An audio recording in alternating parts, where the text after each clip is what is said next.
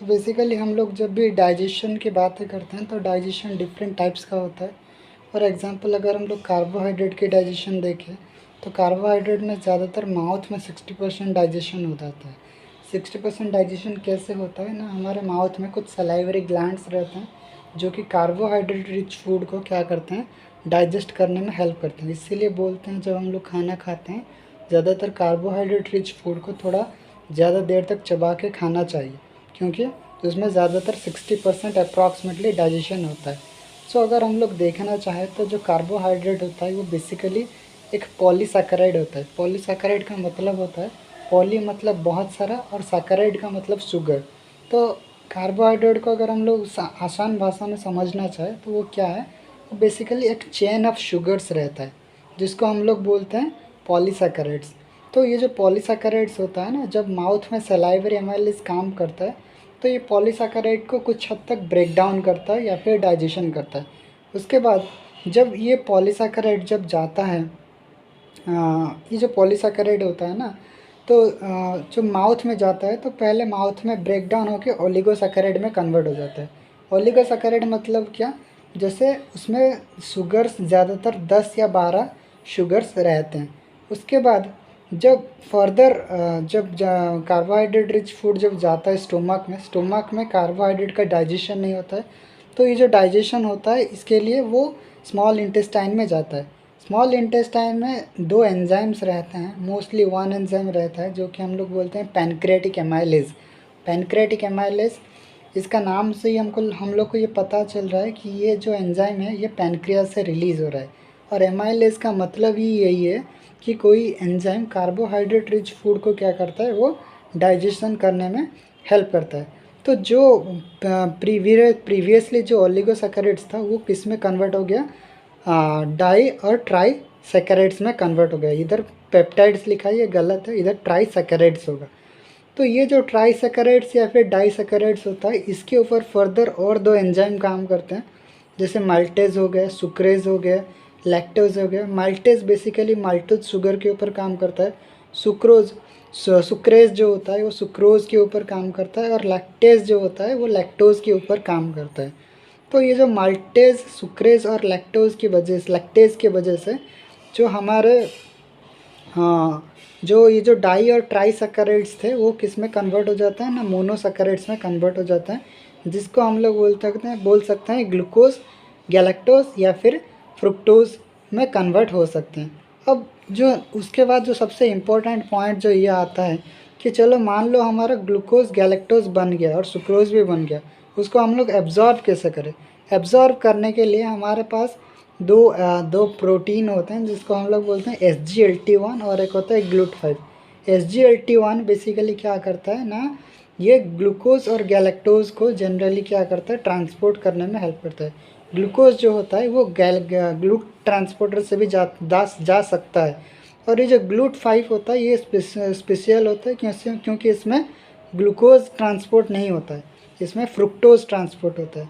तो basically SGLT और glute के वजह से जो शुगर्स आ जाते हैं एंटेरोसाइट्स के अंदर, जो इंटेस्टिनल लुमिनल में जो सेल्स होते हैं उसको हम लोग बोलते हैं एंटेरोसाइट्स।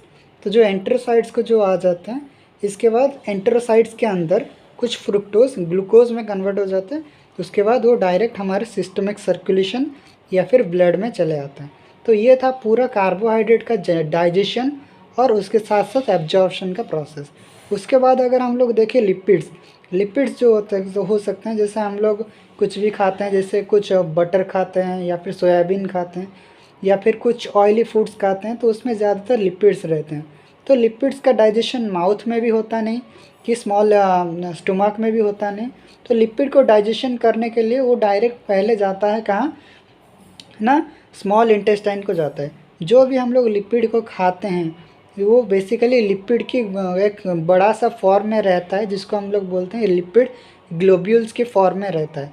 तब जब ये लिपिड ग्लोब्यूल्स या फिर फैट ग्लोब्यूल्स जब स्मॉल इंटेस्टाइन में पहुंचते हैं, स्मॉल इंटेस्टाइन में हमको पता है स्मॉल इंटेस्टाइन को जो हमारे लीवर होता है, लीवर के पास एक और ऑर्गन होता है जिसको हम लोग बोलते हैं गॉल ब्लैडर। गॉल ब्लैडर क्या होता है ना, गॉल ब्लैडर में हमारे बाइल स्टोर होके रहते हैं। बाइल क्या करता है, बाइल जब स्मॉल इंटेस्टाइन में आता है तो ये फैट को क्या करता है, ब्रेक डाउन कर सकता है, या फिर हम उसको बोल सकते हैं इम्यूल्सिफाई कर सकता है। तो जब बाइल के प्रेजेंस में ये जो फैट ग्लोब्यूल्स होता है ना, वो ब्रेक डाउन हो जाता है। ब्रेक डाउन होने के बाद उसको छोटा छोटा प्रोडक्ट में कन्वर्ट हो जाता है। अब जो छोटा छोटा प्रोडक्ट में कन्वर्ट हो जाता है, इसको हम लोग बोलते हैं कन्वर्ट हो जाता है। उसके बाद पैनक्रियाटिक लाइपेज एक एंजाइम होता है जो कि लिपिड स्पेसिफिकली काम करता है। ये भी पैनक्रियास से रिलीज होता है।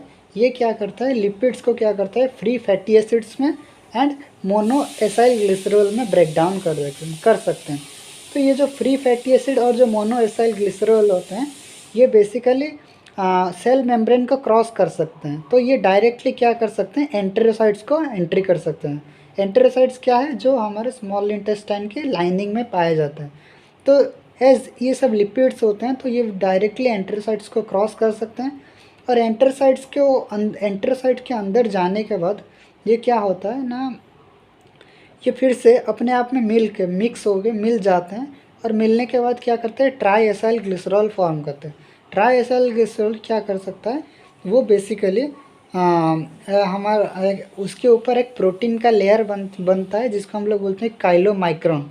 और ये जो काइलोमाइक्रोन होता है, ये बेसिकली डायरेक्टली लिम्फेटिक वेसल्स को जाता है, और लिम्फेटिक वेसल्स से डायरेक्टली हमारे ब्लड वेसल्स को जाता है। तो ये कभी भी डायरेक्ट ब्लड वेसल्स को नहीं जाता है, ये लिम्फेटिक वेसल्स को जाता है, उसके बाद ये डायरेक्ट ब्लड वेसल्स को जाता है। उसके बाद जो थर्ड हमारा रहता है, जो कि इम्पोर्टेंट, जो कि प्रोटीन का अगर हम लोग डाइजेशन पढ़ें, protein is basically A chain of amino acid, हम लोग उसको बोल सकते हैं। तो ये जो प्रोटीन होता है, ये हमारे माउथ में भी डाइजेशन नहीं होता है। प्रोटीन का डाइजेशन शुरुआत होता है कहाँ से, स्टोमैक से। स्टोमैक में एक एंजाइम होता है जो कि पेप्सिन। ये जो एंजाइम होता है, ये बेसिकली एसिड पीएच में काम करता है। मतलब ये इसको एक काम करने के लिए बहुत ही कम पीएच चाहिए, मतलब पीएच 1 और 2 के अराउंड चाहिए। इसलिए जो हमारे स्टमक से जो HCl सीक्रेट होता है, ये पेप्सिन को एक्टिवेट करने में काम में आता है। तो जो भी हो, ये जो पेप्सिन होता है ना, ये क्या करता है, प्रोटीन को ब्रेक डाउन करने के बाद किस में कन्वर्ट करता है, ओलिगोपेप्टाइड्स में कन्वर्ट करता है। ओलिगोपेप्टाइड्स मतलब इसमें अप्रॉक्सीमेटली 10-12 अमाइनो एसिड जुड़ के रहते हैं। उसके बाद ये जो ओलिगोपेप्टाइड्स के ऊपर 2-4 एंजाइम काम करते हैं, जो कि ट्रिप्सिन एक होता है काइमोट्रिप्सिन होता है, और एक होता है कार्बोक्सीपेप्टिडेज। ये तीनों के तीनों एंजाइम हमारे पैनक्रियाज से रिलीज होता है। ये जो तीनों एंजाइम होते हैं, ये क्या करते हैं, ओलिगोसैकेराइड्स को किस में कन्वर्ट कर सकते हैं, ओलिगोपेप्टाइड्स को किस में कन्वर्ट कर सकते हैं, डाई और ट्राई पेप्टाइड्स में कन्वर्ट कर सकते हैं। डाई और ट्राई पेप्टाइड फर्दर डाइजेशन में जाते हैं, फर्दर उसको और भी हम लोग ब्रेक डाउन कर सकते हैं।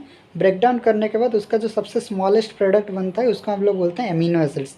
ये जो एमिनो एसिड्स होते हैं, ये बेसिकली कायरल कंपाउंड होते हैं, क्योंकि इसमें जो 4 साइड्स होते हैं कार्बन की, वो डिफरेंट एटम से जुड़ा हुआ होता है, इसलिए हम इसको बोलते हैं कायरल कंपाउंड। तो ये जो बेसिकली एमिनो एसिड डाइजेशन होने के बाद, मतलब प्रोटीन डाइजेशन होने के बाद बना एमिनो एसिड। और ये जो एमिनो एसिड्स होते हैं ना, ये डायरेक्टली कभी भी ब्लड सर्कुलेशन को नहीं जाते। ये पहले हेपाटिक पोर्टल सिस्टम के थ्रू पहले जाते हैं, कहाँ पे, लिवर में जाते हैं। Liver is the king. जितने भी एमिनो एसिड डाइजेशन होंगे पहले लिवर को जाएंगे, लिवर से हेपाटिक वेन्स के थ्रू जाएंगे डायरेक्ट हमारे ब्लड वेसल्स में, और पूरा हमारे बॉडी में सर्कुलेट करेंगे। तो ये था हमारा पूरा कार्बोहाइड्रेट का डाइजेशन, लिपिड का डाइजेशन और प्रोटीन का डाइजेशन, साथ साथ उसका जो एब्जॉर्प्शन का प्रोसेस होता है, उसको हम लोग समराइज़ कर सकते हैं।